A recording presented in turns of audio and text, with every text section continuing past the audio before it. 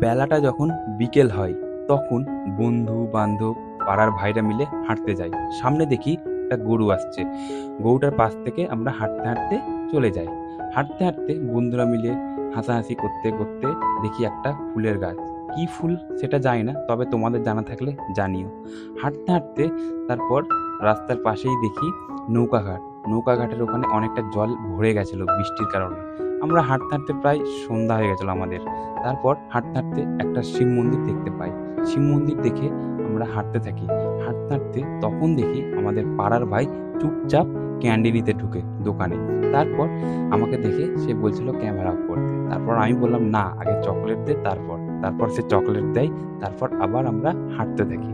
হাঁটতে হাঁটতে তারপর বন্ধুরা চায় চকলেট, তারপর ওদেরকেও দিলাম। ওদেরকে দেওয়ার পর আমরা মুখে চকলেট দিতে দিতে হাঁটতে থাকি। তারপর আমাদের বাড়ি নিজের নিজের টাটা।